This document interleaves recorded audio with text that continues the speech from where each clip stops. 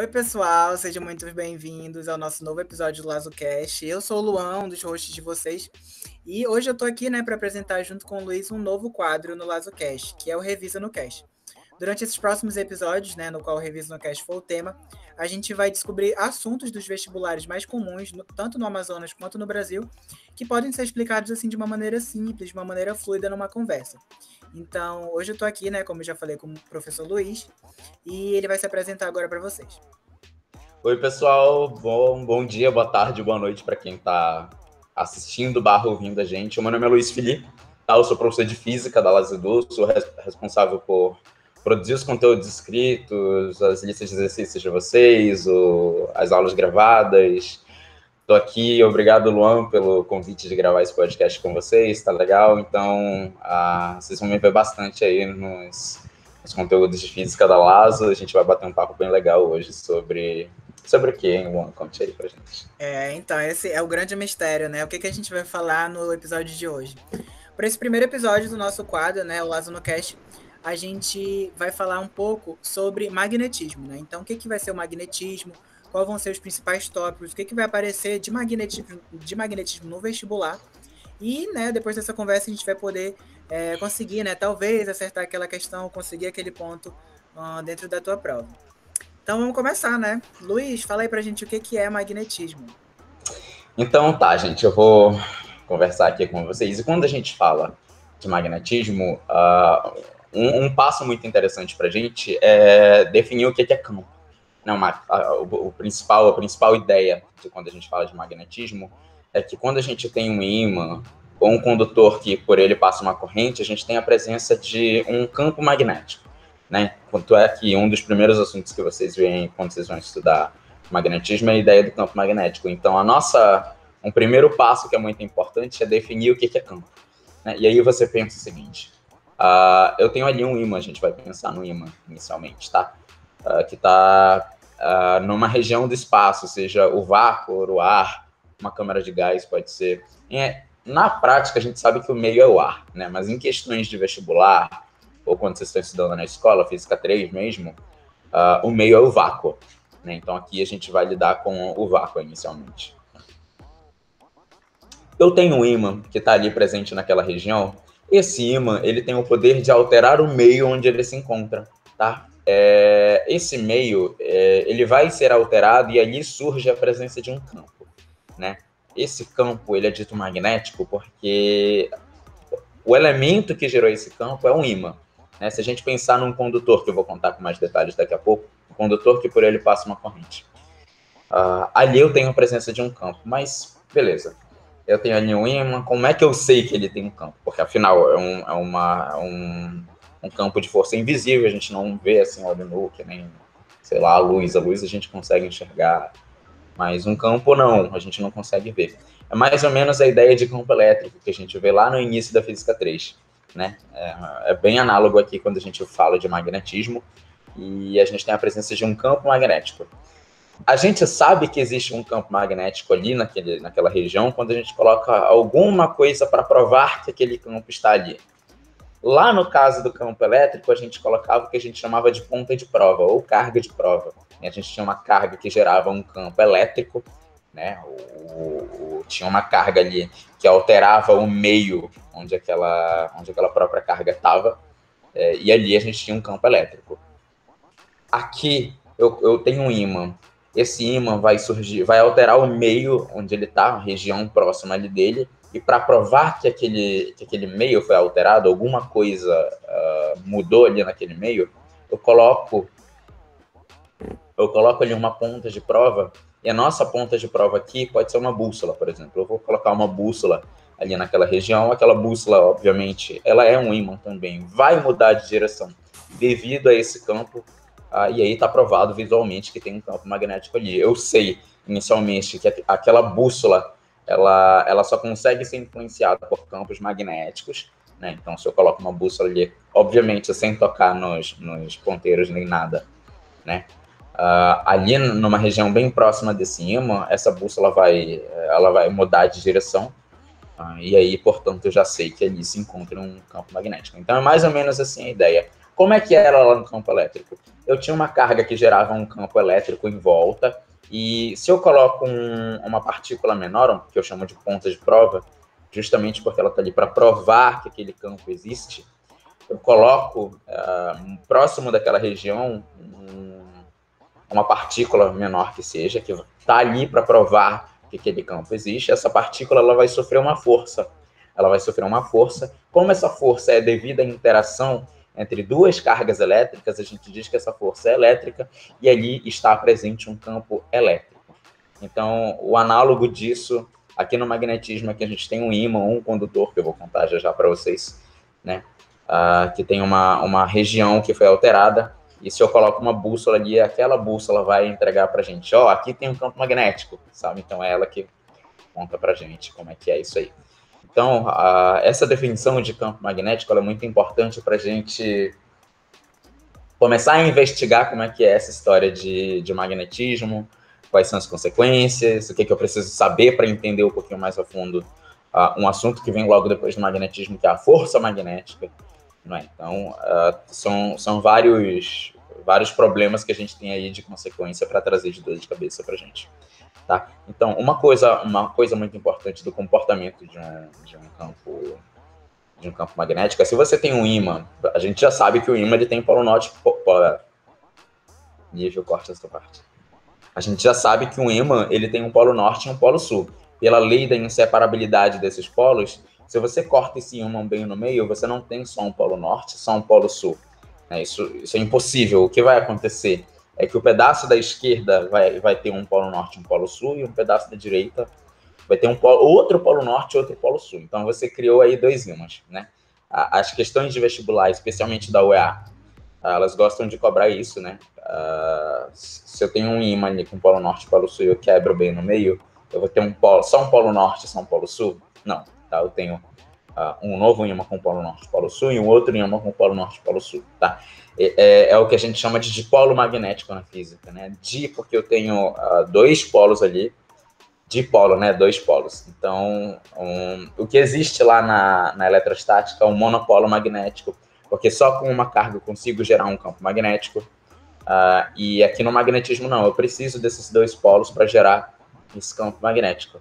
Né? Uma principal consequência disso é que se você olha para um ímã que tem polo norte e polo sul, as linhas de campo elas saem do norte e entram no sul, e essas linhas são fechadas. Essa é a principal diferença entre o campo magnético e o campo elétrico, por exemplo. O campo elétrico ele sai de uma carga e vai embora para o infinito, né? Quanto mais você se afasta dessa carga, o campo ele tende a uma intensidade zero. Aqui não, as linhas são fechadas, tá? As linhas são fechadas, então elas fazem um ciclo ali. Isso tem umas principais consequências muito bonitas, mas para uma conversa inicial, é importante a gente lembrar que essas linhas são fechadas. Lembrando, por fora sempre sai do norte e chega no sul, né? E por dentro ela entra no sul e sai no norte, de forma que essas linhas sempre são fechadas. Essa são conceitos que você precisa saber inicialmente quando a gente fala de magnetismo, tá? Linhas de campo, como é que se comporta. E a ideia de dipolo magnético, né, são a formação de dois polos que formam linhas fechadas. Então, essa é a principal ideia inicial do que seria o magnetismo.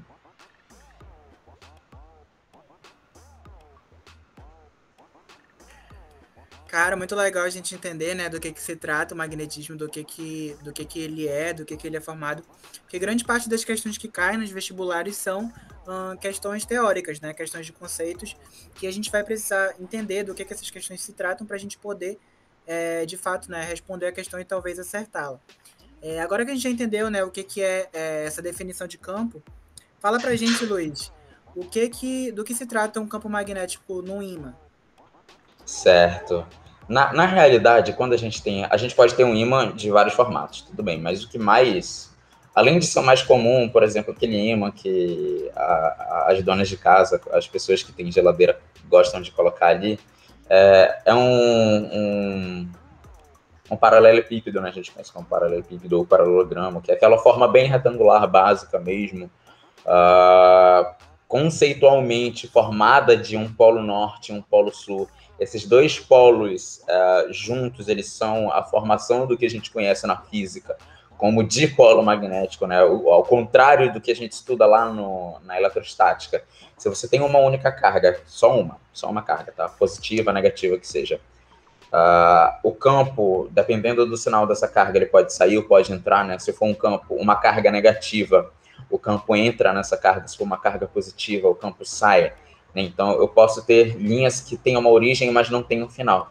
Né? Então, quanto mais você se afasta, você vai deixando de sentir esse campo. Aqui a gente não tem isso. Eu preciso desses dois polos para formar essas linhas fechadas de campo magnético dentro de um ímã. Então, um ímã, ele tem essa formação dos desenhos, do famoso desenho que a gente consegue ver em qualquer livro de física ou nos materiais da LASA, que vocês vão dar uma olhada. A gente tem essa formação de linhas fechadas. Então, essa ideia de linha fechada, ela encaixa muito bem nesse conceito da ideia do ímã retangular.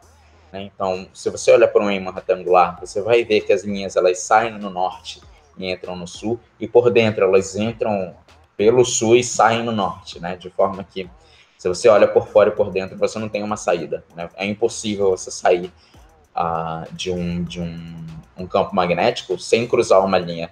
O que é possível lá na eletrostática, com campo elétrico, você não consegue mais no campo magnético. Né? Então, tem um outro tipo de campo que aparece bastante nas provas também, que é o campo uniforme. Né? Qual que é a ideia do campo uniforme? Não importa o ponto que eu pegue no interior desse campo, as linhas desse campo elas vão ter sempre a mesma direção, né, e o mesmo sentido. Tá? Se você pega um ponto no interior desse campo e você olha para o vetor campo magnético, porque o campo magnético você está falando de intensidade, direção, sentido. Né? Então, se você olha para um ponto e você associa um vetor campo magnético nesse ponto, não importa o ponto que você pegue no interior desse campo, sempre vai ter a mesma intensidade, sempre vai ter a mesma direção e sempre vai ter o mesmo sentido. Em todo o interior desse campo, em todo o interior desse campo, não importa o ponto que eu pegue ali, vai ter o mesmo comportamento. É diferente, por exemplo, de um ímã. Se eu pego um ponto, eu tenho um vetor nessa direção, apontando para o meu dedo. Mas se eu deslocar esse ponto um pouquinho mais, sei lá, para a esquerda, a direção vai mudando. Se eu apontar um pouquinho mais para a esquerda, a direção vai mudando de novo. Você percebe que, por mais que os valores sejam diferentes, a direção vai mudando. E vocês, quem está assistindo já deve saber que um vetor ele é formado por 3 componentes, né? O módulo, direção e sentido.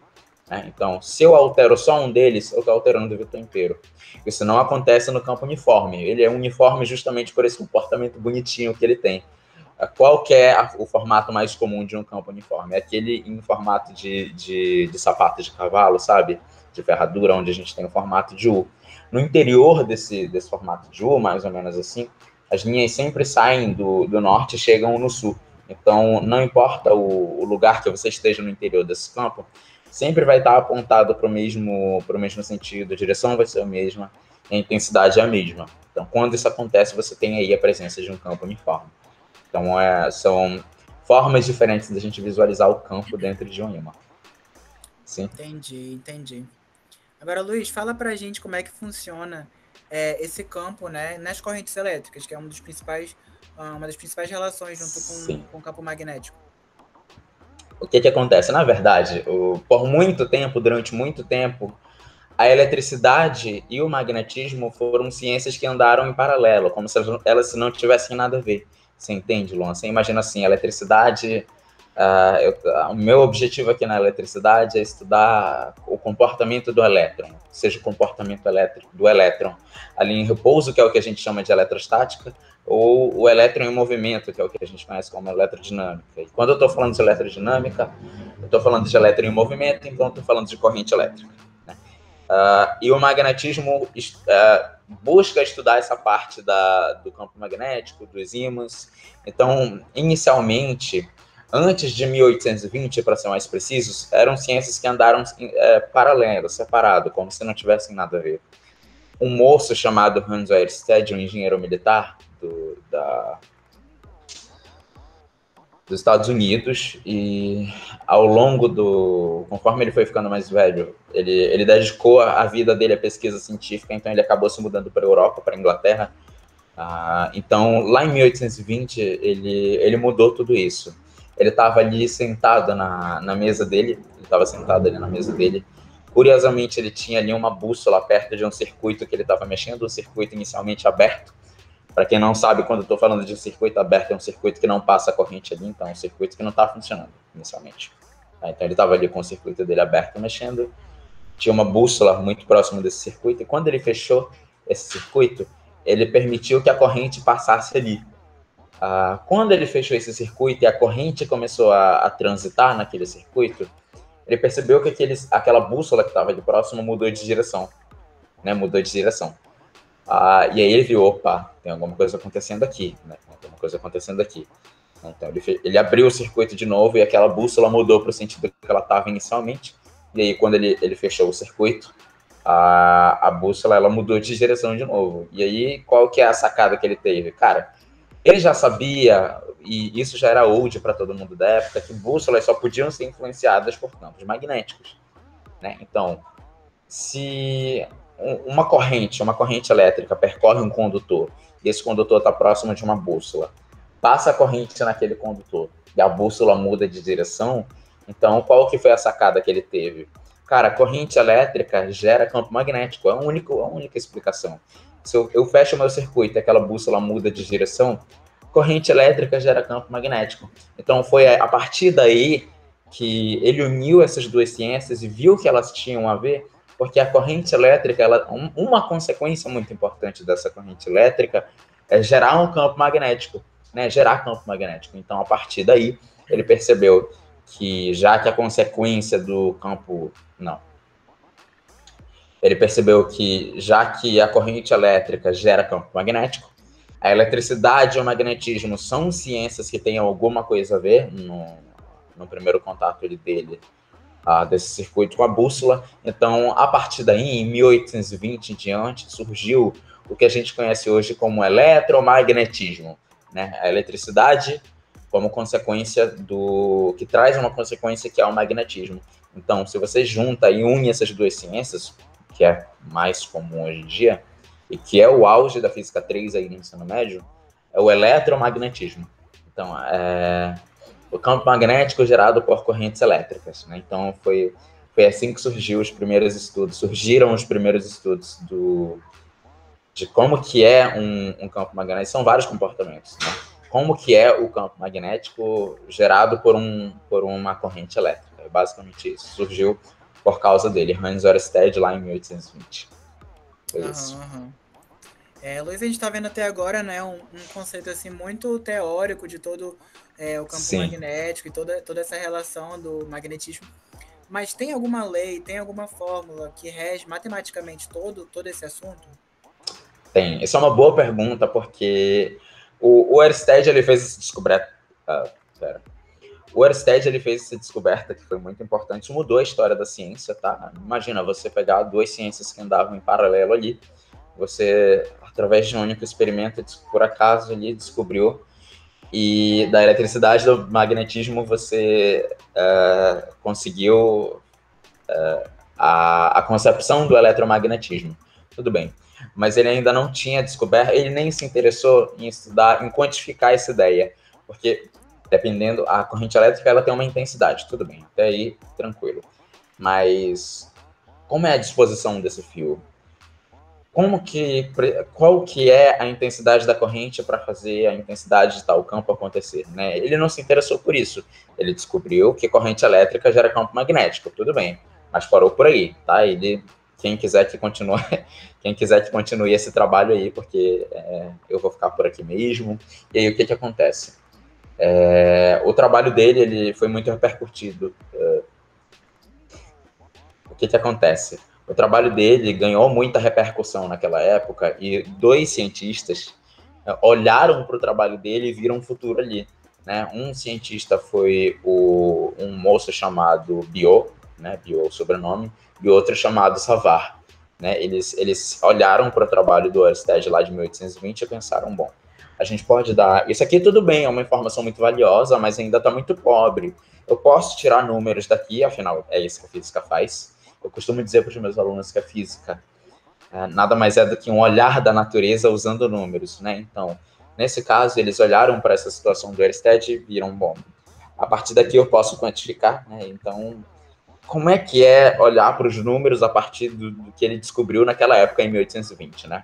Então, a partir de muitos estudos, muitos cálculos, bastante tempo dentro de laboratório, eles olharam para dois fatores muito importantes de uma corrente que gera um campo. Primeiro de tudo, a intensidade dessa corrente. Ela é importante para gerar um campo magnético. E segundo de tudo, como é que esse condutor, afinal, a corrente ela tem que passar por um condutor. Como é que esse condutor está disposto? Né? Se ele é um fio reto, é uma espira circular, como é que é? Como consequência disso, quão distante que eu estou desse condutor. Porque quanto mais próximo, eu já vou falar sobre isso, quanto mais próximo eu estou desse condutor, maior é o campo magnético. Quanto mais distante que eu estou desse condutor, meu condutor está aqui. Quanto mais distante eu tiver, eu vou deixando de sentir esse campo magnético, né? Então, nesse caso, o Biot e o Savart, deixando claro aqui que são duas pessoas diferentes, tá? Eles olharam para o trabalho do Ørsted e colocaram números ali. Então, a partir disso, criou-se uma lei que a gente estuda aí no terceiro ano do ensino médio, que é a Lei de Biot-Savart. Essa Lei de Biot-Savart conta para a gente, dependendo ali da intensidade da corrente, do formato desse condutor e do quão próximo ou longe eu estou desse condutor, qual é a intensidade desse campo magnético. Intensidade, direção e sentido, né? Porque, como eu falei ainda agora, quando eu estou falando de magnetismo, eu estou falando de um vetor campo magnético.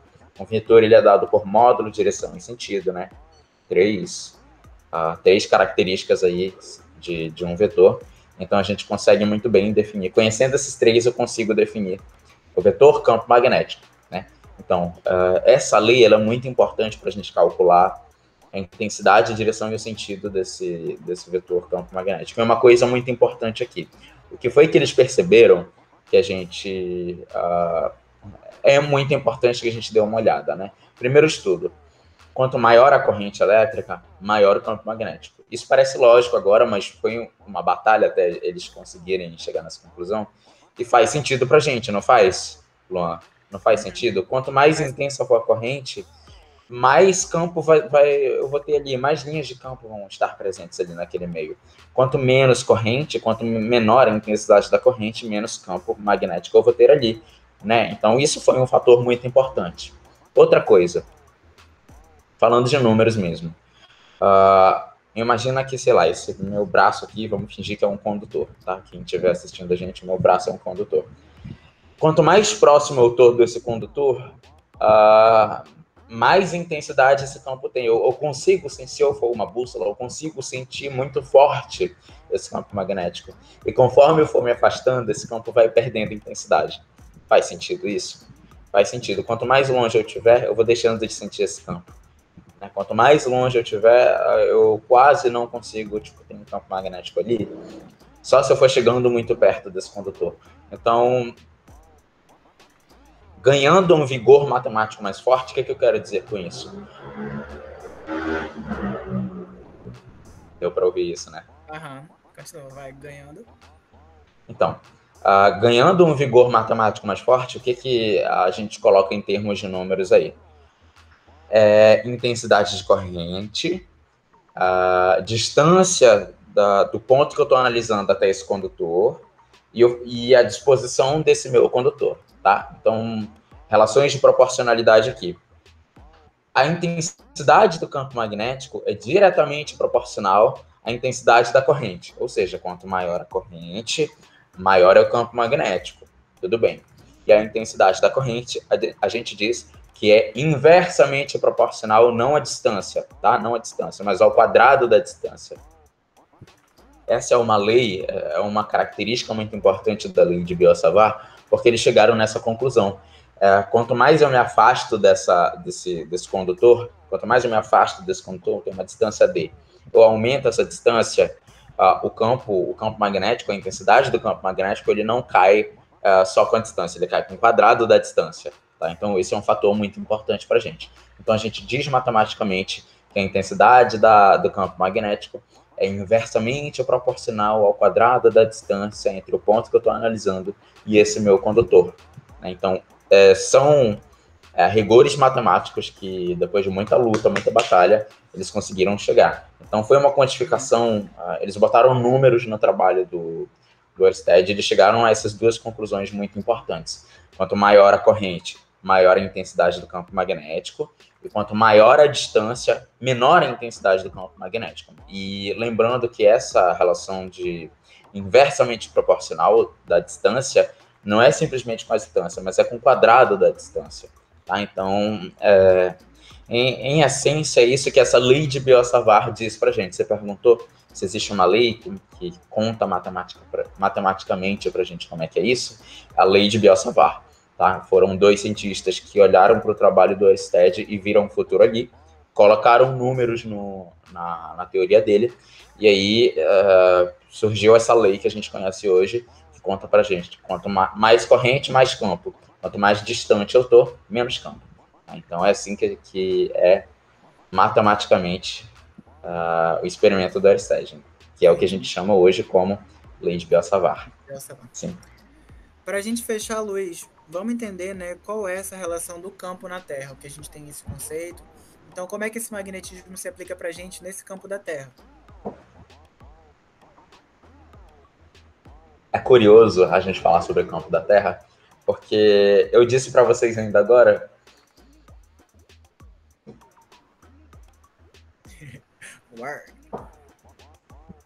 Eu disse para vocês ainda agora que quando a gente fala de um ímã, eu estou falando de um polo norte e um polo sul. A gente já deve saber que a Terra ela tem um polo norte e um polo sul.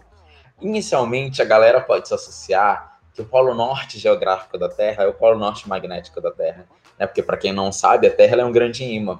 Tá? A Terra é um grande ímã. É um corpo aproximadamente esférico, e além do campo gravitacional presente na Terra, né, é uma Terra redonda, a gente tem aí a presença de, além do campo gravitacional, um campo magnético. Né, um campo magnético. A Terra ela é dotada de um polo norte e um polo sul de fato, mas o que acontece? Enquanto que o polo norte, vamos supor que o polo norte geográfico está aqui em cima e o polo sul geográfico aqui embaixo. Tá? O que acontece é que se a Terra é um ímã, ela tem um polo norte e um polo sul, mas esses polos eles são contrários, os polos magnéticos que a gente chama, eles são contrários aos polos geográficos. Tá? Eles são contrários. Enquanto que aqui em cima a gente tem polo norte geográfico, aqui em cima vai ser o sul magnético. Enquanto que aqui embaixo é o sul geográfico, aqui é o norte magnético. Tá? Então, se eu tenho o norte em cima e sul embaixo, geograficamente, magneticamente eu tenho sul em cima e norte embaixo. Então, é só você fazer o contrário sempre, se você não lembrar na hora da prova. Tem muita questão que, não só da UEA, mas de várias universidades aqui no Brasil, que te perguntam sobre isso, como é que é a Terra como ímã. E aí você para pensar, se eu tenho um polo norte e um polo sul, o norte geográfico é o sul magnético e o sul geográfico é o norte magnético. Deu para entender? Deu para entender? Deu para entender. Eu não sei se eu falei certo. Eu vou reformular de novo. Então, se você olha para a Terra como um ímã, basta você lembrar. O norte magnético é o sul geográfico e o sul magnético é o norte geográfico. Tá? Então, onde é o magnético de um, é o geográfico do outro. Né? Então, eles têm uma característica muito peculiar da Terra, essa inversão de polos. Enquanto que o norte geográfico... Enquanto que geograficamente um é o norte, magneticamente esse é o sul. Né? Então, tem essa diferença aí. E uma coisa muito curiosa é que tem uma forma visual muito famosa da gente comprovar que tem um campo magnético, porque pode aparecer alguém questionar assim, bom, como é que você sabe que tem um campo magnético aqui que cobre a Terra? Né? E aí o que acontece? O Sol ele é muito importante para a gente nessa história. O Sol ele acaba liberando bastante radiação dele. E essa radiação a gente vê como uma certa força em direção à Terra, que são os ventos solares. Esses ventos solares, eles são carregados de partículas muito radioativas. E o que é que acontece? Essas partículas vêm em direção à Terra e elas são desviadas em direção ao Polo Norte e ao Polo Sul geográfico, né? E aí o que é que acontece? Essas partículas, elas colidem ali com o campo magnético, tá? Não é campo... não é o campo gravitacional, é o campo magnético. Essas partículas, elas estão ali carregadas de... Meu Deus! Essas partículas, elas estão carregadas de radiação, e no momento em que elas colidem com o campo magnético, elas se desexcitam ali naquele campo, e o resultado dessa desexcitação das moléculas de radiação com o campo magnético descarrega essa energia, porque quando a gente fala de radiação, a gente está falando de energia, e parte dessa energia é uma energia convertida em luz, né? É uma energia convertida em luz que a gente consegue ver no céu, esse show de luzes. Esse show de luzes é o que a gente conhece como aurora boreal. Então, a aurora boreal, o melhor país que a gente consegue ver uma aurora boreal é a Nova Zelândia, né? Então, se você estiver na Nova Zelândia, você consegue ver muito bem.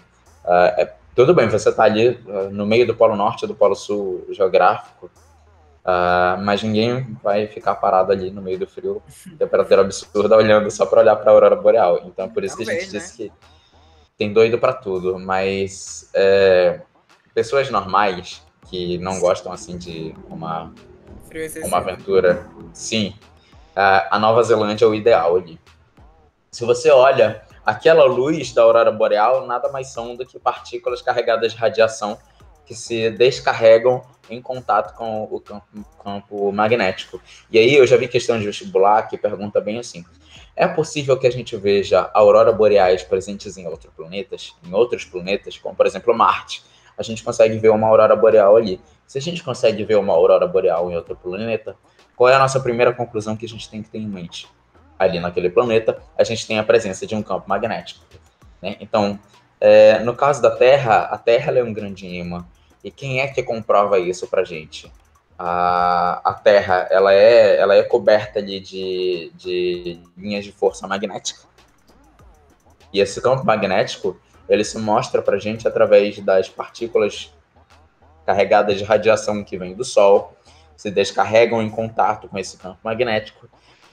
Essa energia ela é descarregada e convertida em forma de luz, e essa luz a gente vê e conhece como aurora boreal. É uma coisa muito linda de ver. Quem puder dar uma olhada no Google e ver como é que aquilo vai acontecendo ao longo do ano, e o melhor período de ver é de noite, né? Então, a ideia é essa. A Terra é um grande ímã, onde a gente tem Polo Norte e Sul, que são separados dos polos geográficos, tá? E aí a gente tem desexcitação de partículas carregadas de radiação, que parte dessa radiação é convertida em luz, e essa luz é o que a gente vê como aurora boreal. Então é assim que funciona o campo magnético da Terra, que é cobrado também nos vestibulares. Então, se aparecer numa questão, você já sabe descrever como é que é. É isso. Puxando esse gancho de questão, Luiz, agora para a gente finalizar, fala para mim de 3 a 5 tópicos, né, que o aluno está ali na reta final de revisão, que ele precisa meio que saber, né, precisa dar uma revisada melhor, que talvez, possivelmente, caia no vestibular. Coisas muito importantes. Se eu citar aqui um top 3 do que eu contei para vocês muitas coisas, né, mas o mais necessário, assim, para você que está na reta final e quer já bater na ferida, o top 3 eu diria o comportamento do campo magnético no ímã, lei de Biot-Savart aplicado ali ao condutor reto e à espira circular, né? E o campo da Terra, né? Saber muito bem como é que funciona. Campo no ímã, campo gerado por corrente, que é a lei de Biot-Savart, e o campo da Terra, sempre rola uma questão dessas, são pontos muito importantes que você pode justamente atacar a treinar ali direto nesse tipo de questão, e que é bem recorrente, né? Se eu citar aí de todos esses três que eu falei, o mais citado, que mais recorre ali nas provas é a lei de Biot-Savart. É muito importante a lei de Biot-Savart, tá? Então, dica aí para vocês, foque aí nesses três, com atenção especial na lei de Biot-Savart, tá? Você não vai esquecer nenhum, claro, mas focar na lei de Biot-Savart eu diria que é o mais importante ali pra gente. Talvez esqueça, né? Mas é sempre importante dar uma revisada. Sim, por favor, gente. Galera, eu espero que vocês tenham gostado do nosso episódio, do nosso primeiro episódio do nosso novo quadro, que é o Revisa no Cast. Para saber mais sobre o Luiz, vocês podem entrar em contato com a gente, né? E ver ele na Lazo, né? Ele é um dos nossos principais professores. E eu espero vocês no próximo episódio. Até mais. Tchau, gente. Até a próxima.